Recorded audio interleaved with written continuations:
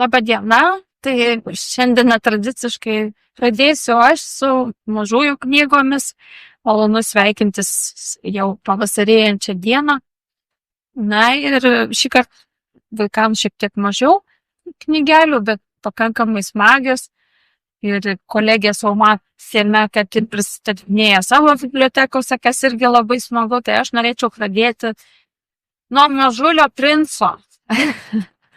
Kodėl mažulis? Todėl, kad ši nuostabi klasika yra vaikams išleista mūsų gražiausiamis lietuvių tarmėmis, tai žemaičio, aukštaičių ir dzūkų tarme.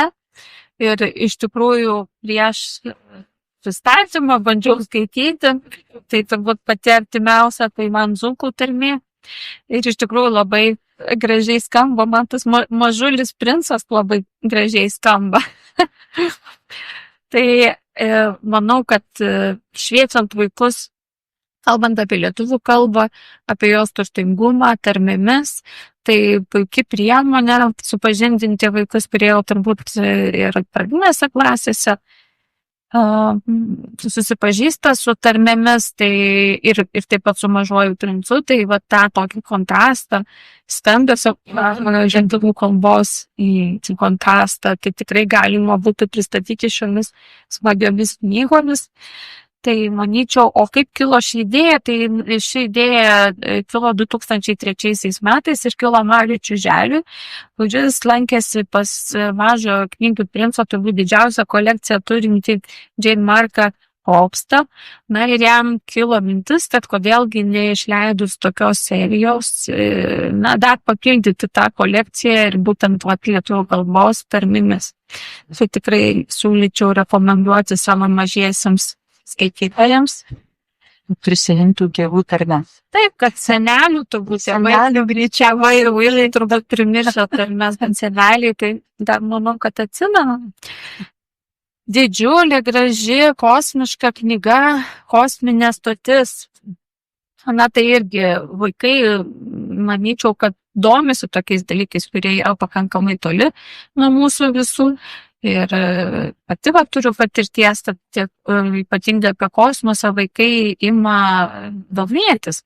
Tai čia puikia enciklopedija, vėlgi didelė, su puikiamis iliustracijomis, labai spalvingomis apie kosminės ekspedicijas, apie kosminės stotis, jų statybą, jų įrangą, apie kosmonautų kasdienybę. Tai ir nuotraukų, dauguma yra nuotraukų, bet yra ir pieštų vaizdų, ir apie aprangą štai. Ir, tikrai net apie maistą, pavyzdžiui, ragavimo testas, kaip yra ruošiamas išvykstant į kosminę stotį. Tai gal skirta vaikams, bet aš manau, kad subalansuota ir suaugusiems galima sakyti, nes man pačiai buvo įdomu pavartyti, nes daug tokių smulkmenų įdomių faktų nesu girdėjus tik pati, tai besidomintiems, tai aš manyčiau, kad tikrai gali būti ir vaikams, ir suaugusiems. Taip, tai labai smagi, spalvinga knygelė, Tukų taškės draugų istorijos. Vaida Devetnikovaitė, lietuvių autorė.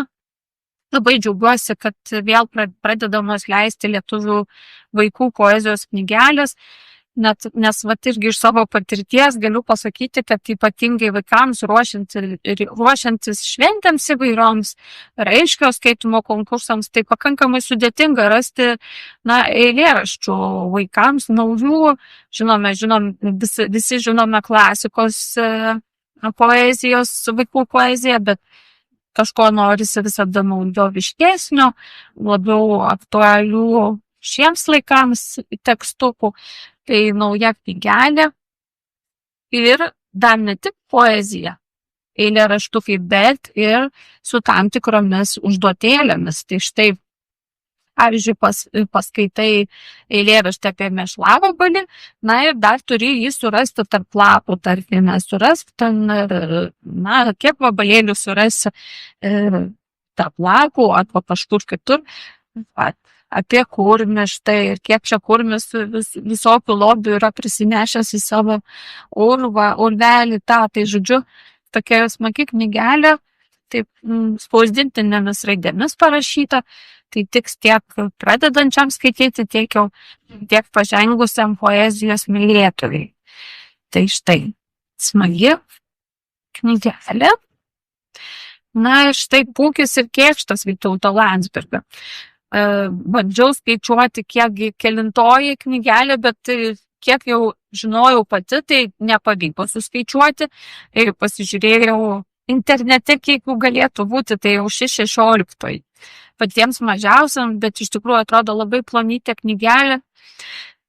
Bet, sakyčiau, tokia labai, didaktiška, nes iš tikrųjų šias knygelės ir edukacijas organizuodami ne kartą, Pūkis ir Tėvynė, žinom knygelę, tai naudojam įvairioms edukacijoms. Tai ši irgi taip pat tik šį kartą lapiukas susitinka su Kėkštu. Na ir čia dar viena istorija, kuri vaikus pamoko ir draugystės, ir kitų nuoširtumo, tokių, sakyčiau, dalykų.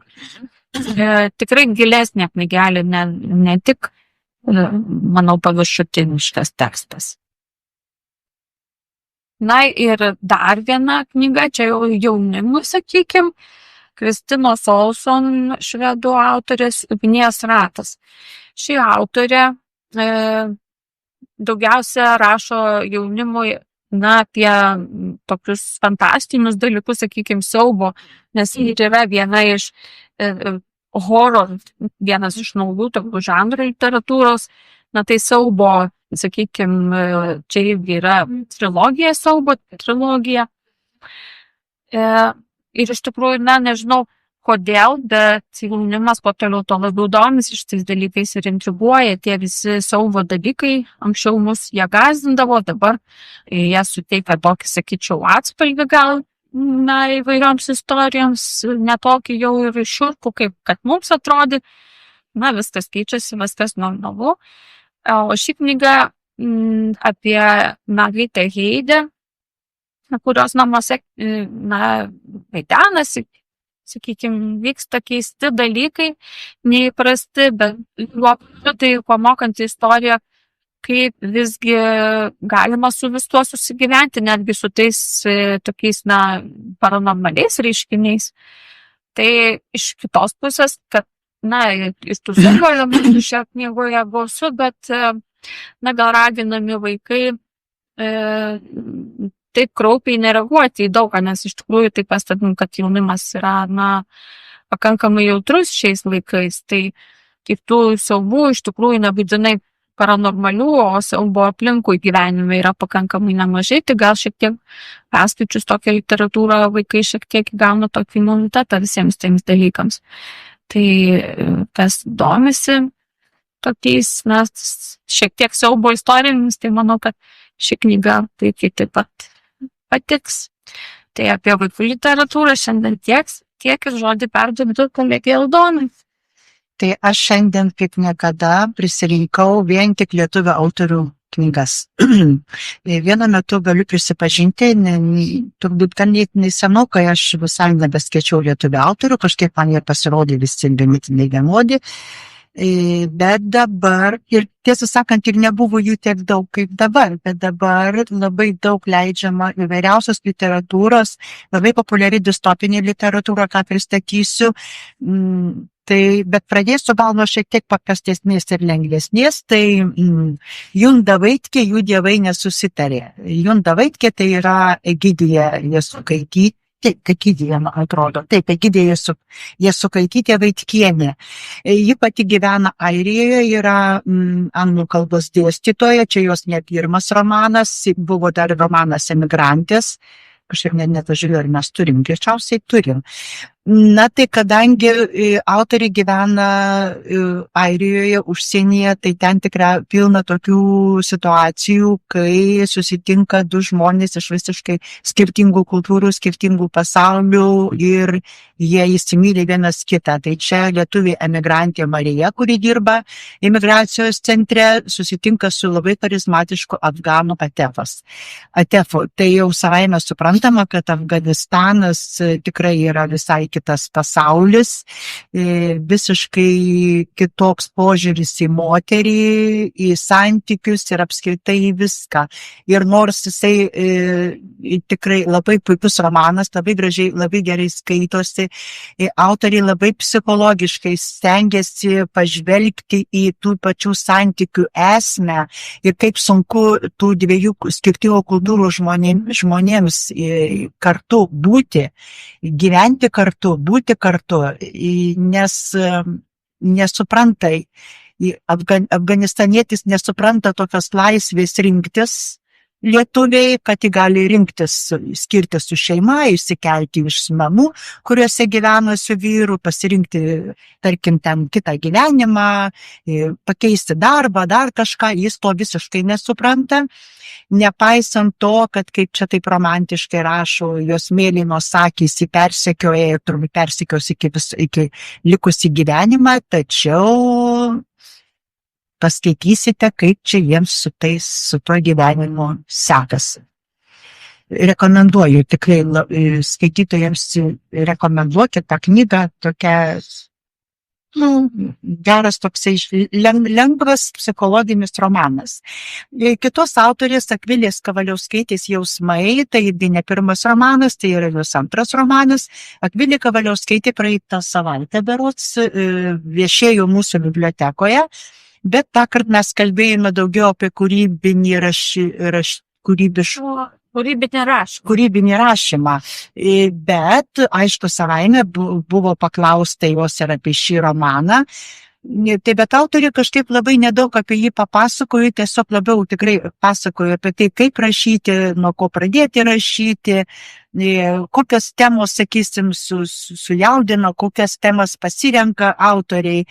Bet šis romanas, kaip jinai sakė, jisai toksai yra įdomus, nes veiksmas vyksta vieną mėnesį. O romanas yra būtent apėmęs turbūt tą krizę 2009 metų. Ir čia yra ta karta, kuri gavo laisvę. Ir labai man patiko jos pasakymas, kad tai karta, kuri jau galėjo gyventi kaip nori, tik nė velnio nežinojo kaip. Tai štai šitą romaną perskaitę sužinosite, kaip sekėsi tai kartai, šiam herojui ir jo draugams gyventi tuo laiku, rinktis profesiją, darbą, draugystę ir taip toliau. Užsiminiau apie distopinę literatūrą. Tai literatūra, trumpai kalbant, distopinė literatūra, tai yra tai, kas galėtų būti, jeigu būtų. Bet štai šis romanas, jisai patraukė mano dėmesį ne vien tik tuo, kad labai įdomiai išleistas, sakyčiau, atrodo kaip koks venugarėlis, kaip koks sąsiuvinis, kurį, nežinau, gali ten, kaip bloknotas, koks, į kurį gali rašyti savo mintis, visa informacija apie knygą, tarkim, štai taip parašyta, nėra čia jokio autoriaus, ir romanas apie tai, kaip galėjo būti. Romanas vadinasi Augustė Gilytė. Ir kaip būtų, jeigu turime galvoje okupantai iš tos Lietuvos ir nebūtų išėję, arba jie būtų staiga grįžę. Tai čia skaitai, aš pradėjau skaityti ir kažkaip galvoju, kodėl kalbam apie 90-osius metus taip pašnibždomis, kad Lietuva turėjo nepriklausomybę. Bet dabar kažkodėl, kai reikia nusipirkti kažkokį tai elektroninį įrenginį, tai reikia ieškoti pažinčių. Tai žodžiu, viskas sugrįžo taip, kaip kažkada mano karta gyveno sovietų laikais ir buvo, nebijokim to žodžio, blatas, buvo talonai, buvo dar visokie dalykai, nepaisant, jeigu tau gimsta vaikas, tai tu gauni taloną nusipirkti lovai. Tai šitame romane grįžta, visa tai grįžta. Ganėtinai šiurpu, man šiurpu, nenorėčiau aš to. Ir Lietuva kaip vadinasi įdomiai? Lietuva vadinasi Lietuvos imperinis sockapitalistinis kraštas. Sutrumpintai LISK. Tai žodžiu, štai toks kraštas. Na ir aišku, savaime kyla klausimas, kodėl šį romaną išleido Rašytojų sąjunga, autorius yra Marijus Gailius. Tai irgi ne pirma jo knyga. Tada kyla klausimas, pradėjau domėtis, kodėlgi būtent tokia knyga ir kodėl čia autorius pasirinko štai tokį stilių, distopinę literatūrą. Tai autorius, man labai patiko jo atsakymas. Šalia sumanimo sukurti spekuliacinės fikcijos pasakojimą turėjau nutylėtą tikslą pašiaušti supatogėjusį mąstymą, glamūrinę būtį. Tai patikėkit, tikrai visi glamūrai išlaksto, kai perskaitai šitą romaną. Kitas romanas irgi panašus distopinė literatūra, tai yra Miestas Valdo Barto. Miestas anapus. Tai yra Valdas Bartas, tai yra žurnalistas. Valdas Bartasevičius, ilgametis Lietuvos ryto žurnalistas, prisidėjęs prie prezidento Valdo Adamkaus ir Juozo ir Aleksandros Kazickų prisiminimų knygos išleidimo ir parašymo. Tai tas romanas irgi ganėtinai pamastymų daug sukeliantis, todėl kad buvo karantiną, mes visi žinom, turėjom karantiną ir to karantino metu saloje miestas buvo uždarytas, kad į jį niekas neįvažiuotų ir iš jo neišvažiuotų, kadangi neplistų ligos ir žmonės saugiai gyventų. Bet tas uždarytas miestas taiga pavirto į visišką valdžią. To miesto suprato, kad tai yra labai patogus būdas valdyti bendruomenę to miesto. Žmonės patapo uždari, atsargus ir valdžia galėjo skleisti informaciją, kokią norėjo, galėjo daryti, ką norėjo. Neva tai kažkoks centras juos kaip ir kontroliavo, kas čia romanos toj prasideda, kad vyras atvažiuoja iš centro pasižiūrėti tam tikrų situacijų, kaip čia kas vyksta. Ir gaunasi taip, kad vis tik tai tame mieste yra žmonių, kurie nenori taip gyventi, kurie turi kitokią nuomonę, kurie nori gyventi taip, kaip gyveno kažkada anksčiau, nori gyventi paprastą normalų ir bendrauti su normalų gyvenimą ir bendrauti ne tik tai su savo kaimynais, bet ir su žmonėmis, kurie yra už tos salos ribų. Tai, žodžiu, bet ir tas vyras, kuris atsiųstas kaip ir apžvelgti ten tą situaciją, sužiūrėti, supranta, kad jis yra politikų įrankis. Na, žodžiu, kaip čia pasakius, šiam pasaulyje nieko naujo. Mes dabar stebim labai kontroversiškas situacijas, visokias geopolitinės. Tai nežinau, kaip čia taip išeina, kad kai aplinkui vyksta tokie dalykai, štai rašo žmonės, tokios išeina knygos, kurios man, kaip apie šitą knygą padiskutuosim dabar su kolegė, nes jinai ją skaitė, o aš taip peržvelgiau. Tai kaip čia išeina, kad mes norime kažkokios, tai kaip ir turėtume norėti kažkokios ramybės, atgaivos ar kažkokios romantikos, bet skaitom tai, ką turim. Bet pirmiausia pasakysiu, čia yra Patricijos Tilvikaitės knyga Nepriklausomybė. Vienas dalykas, jinai labai gražiai išleista. Čia Balto leidyklos leidybos namai leidžia tokias super gražias knygas. Tai tokia ją verti ir tas baltas čia pašviesėja, taip pat tamsėja. Ir tokia nepriklausomybė, gali čia pamastyti, ką nori filosofiškai, kiek ta nepriklausomybė, kur jinai skiriasi, kurią pusę jinai. Tu nepriklausomas ar priklausomas, bet prieš diskutuojant su kolegė, nes jis, kaip sakiau, skaitė šią knygą ir mes vakar su jie diskutavom, gal galim perkelti diskusiją į šią dieną. Man norėčiau paskaityti autorės žodį, kas jos žodžiais pasakyta viskas, kas šioje knygoje yra. Ši knyga tai mano duoklė laisvei, tokiai, kokią aš ją įsivaizduoju ir kokią kasdien gyvenu. Ar stengiuosi gyventi. Sunku patikėti, kad rašant šį romaną teko stebėti šalimais vykstantį karą. Galiu prisidėti tik finansiškai ir tikiuosi, kad jau tuoj karas Ukrainoje baigsis. Nepriklausomybė neabejotinai įkvėpė ir ta balsų jūra už mano saugaus burbulo, ta, kuri dar dairosi į praeitį ir sako, kad prie Ruso buvo geriau. Nepriklausomybė tai meilės laiškas Lietuvai, ne aklos meilės, bet labai didelės. Taigi šios knygos, tarp kitko, Patricija Tilvikaitė dalyvaus knygų mugėje, kuri vyks pas mus kitą mėnesio pabaigoje, balandžio 24. Tai bus galima su autorė pasikalbėti, padiskutuoti, nes jinai čia kelia daugybę labai įdomių temų, labai įdomių klausimų, LGBT tema, slaugimo tema, paauglystės, autizmo, Prototipai, turbūt įvairių socialinių sluoksnių. Tai. Ir viskas parašyta, aš kai tą knygą, tik kadangi pristatant knygas, patikėti tikrai neturiu galimybių jų visų perskaityti. Aš jas skaitau kaip gerais studijų laikais, kai reikėdavo perskaityti didžiulę krūvą literatūros, tai tiesiog jas skaitai maždaug štai čia pasivertai, pagavai esmę, kampą ir gali apie tai arba susidomėjęs toliau ją paskaityti, arba tiesiog papasakoti maždaug.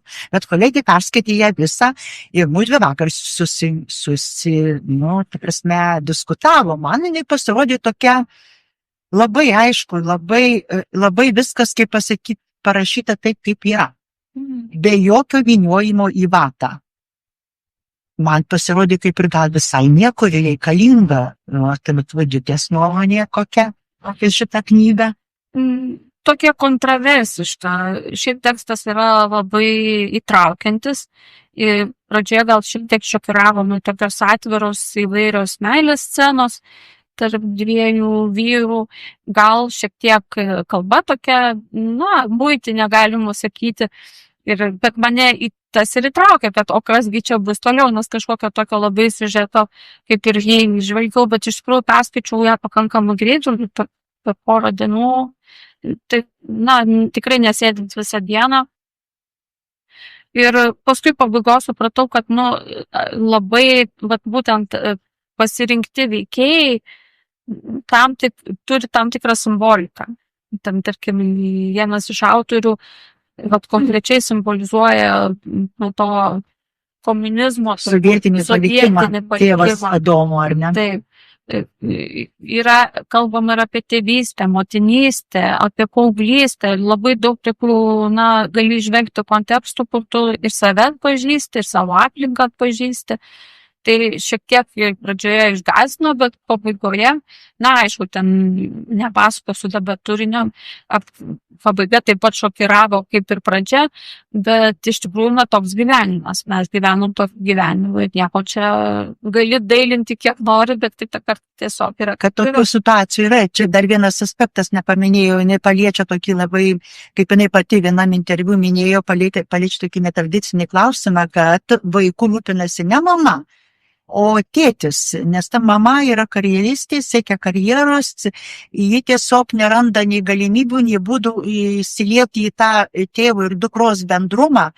Ir čia tas Adomas, aš kaip taip vertinėjau, tai vienoje vietoje sakė, kad man dukra yra viskas, nepaisant visų santykių, meilių, ten šiaip jis tai save traktuoja kaip biseksualą, tai žodžiu, nepaisant visų meilių vienai ir kitai lyčiai, pagrindiniai meilė jo gyvenime, tai yra jo dukra. Tai toksai, toks šviesus aspektas, sakyčiau. Autoriumi dar irgi užstrigo, sako, kai nebekils klausimų, kodėl tokie veikėjai šioje knygoje, kodėl tokios situacijos, tai tada mes iš tikrųjų ir pasijusime laisvi, nes ko gero dar neįvertinom tos laisvės ir nemokam dar su elgtis iš tikrųjų taip, kaip turėtume elgtis, nes dažnai, o tai kodėl tokia situacija, kodėl taip iki detalių aprašyta jinai. Tai sako, kai jau nekils skaitytojų klausimų, kodėl pasirinkta taip, o ne kitaip, tai tada būsim laisvi. Tikėkimės, duokdie. Tai paskutinės dvi knygos tai yra Tomo Kačerausko Karo laiškai, pirma ir antra dalis. tikrai, tai va tokia knyga, kurios net pavartyti nelabai išeina ir nelabai gali suprasti pavartęs. Ją reikia skaityti, tikrai rekomenduoju. Tai yra nepaprastai didžiulio darbo, atlikto darbo autoriaus knyga apie 17 amžiaus kovas su Maskva. Įdomiausia, kad ši knyga parašyta laiškais. Tai yra autentiški laiškai, nes autorius dirbo ne viename archyve, čia kuris buvo parašęs, kad jisai, perskaičiau 1000 puslapių amžininkų atsiminimų, laiškų, paskvilių, reliacijų įvairiomis kalbomis ir svarbiausia, kai radau raktą į visą šią medžiagą, rašymas buvo malonumas. Tarp kitko, jis taip pat buvo mūsų bibliotekoje viešėjo, pristatė šias knygas. Tai iš tiesų atliko labai kruopštų darbą, nes surinkti tos laiškus, juos išversti. Jis taip pat kalba, berods, kaip jis pats sakė, lenkiškai kalba laisvai, prancūziškai kalba, vokiškai atsiprašau, prancūzų šiek tiek, aišku, lietuviškai, rusiškai. Tai ką domina istorija, kas domisi istorija, tai čia tiesiog nuostabios knygos, kurios turėtų, žinoma, jų neperskaitysi taip kaip šį romaną, bet dvasinių tokių ir istorinių žinių, tai tikrai pasisemsi. Aš čia ekrano neuždedu tom knygom. Dabar dar porą lietuviškų knygelių, bet aš jų nevarčiau, neskaičiau, tiesiog noriu pristatyti Virginijos Jasukaitytės Žalčio gundymas, irgi mano viena kolegija yra skaičiusi jos ankstesnės knygas ir labai gyrė. Tai čia naujausia knyga. Tikriausiai žinote, kad Virginija Jasukaitytė tai yra Vidmantės Jasukaitytės rašytojos ir signatarės sesuo, kuri ne tik knygas rašo, bet yra sudariusi ir savo sesers bibliografiją leidinių. Na ir žinoma, Rimvydas Stankevičius, mūsų kraštietis, poetas, įvairių premijų laureatas. Naujausia jo knyga Kartais sninga juodai. Tai knyga apie Elektrėnus, galima sakyti. Jis taip pat buvo atvykęs į mūsų biblioteką, gal kas nors ir lankėtės. Jeigu nesilankėt, tai čia ši knygutė bus visose bibliotekose, galite paimti, paskaityti. O susitikimo dar atsiprašau, įrašą galėsit taip pat mūsų puslapyje YouTube matyti susitikimo įrašą, neužilgo, turbūt. Tai tikrai siūlyčiau, nes buvo labai nuoširdus vakaras. Labai gražus buvo vakaras ir Aivaras Veikinys dar dalyvavo ir savo poeziją skaitė, taip pat mūsų kraštietis, o jau tie, kurie gyvena Elektrėnuose, tai čia gali kai kuriuos takelius ir miškelius šioje knygoje rasti. Tai va, turbūt tiek, malonaus skaitimo ir iki kitų susitikimų. Ir dar priminsiu, kad bus balandžio 24 knygų mugė, kurioje dalyvaus 10 leidyklų ir apie renginius gal prisimeni, Vidute, galite giminti. Taip, tai bus vaikams renginukas su autorė B pavardę, edukacija tiksliau. Na, žiūrėsime, bandysime ir jūs taip pat visi kvieskite savo vaikučius ir savo mokyklų, nes žinome, kad vaiko atostogos galbūt šiek tiek su vaikus prisikviesti sunkiau. Dar 11 valandą lauksime Patricijos Tilvikaitės knygos pristatymo. 1 valandą turėsime Tufeciją su Jurgita Treinyte ir knygos pristatymą apie šiaudinius sodus. Tai galėsime dalyvauti. Tada 16 valandą Rytis Zemkauskas susitikimas, tikrai turėtų būti įdomu, nes jis dar pas mus nesilankė. Tai turėtume pasikalbėti, aš manau, intelektualiomis ir galbūt ne tik temomis, nes jo dar mes nepažįstame, taip gyvai nebuvom susipažinę. Iš 18 valandą turėsime puikų dainuojamosios poezijos koncertą su Aivaru Veikniu.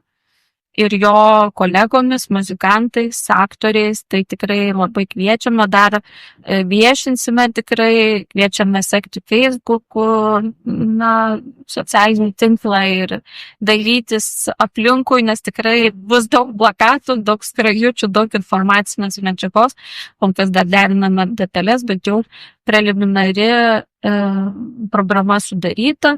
Taip pat turėsime edukaciją kartosime, kurią vykdėme Vilniaus knygų mugėje, Austinėje juostelė Kukučiui. Tai tęsime savo krašto istorijos populiarinimą, kadangi šią knygų mugę dedikuosime šiemet jubiliejiniams Elektrėnų miesto savivaldybės metams. Taip pat žinau, kad teritoriniai padaliniai dar irgi ruošia edukacijų, taip kad visus kviečiame dalyvauti, prisijungti, turėsime, kaip ir kiekvienais metais, tokią knygų šventę. Oro tik tai gražaus reikia užsisakyti. Bandysim iš šitą sutarti. Ir viskas bus gerai. Ačiū labai. Ačiū, iki malonaus.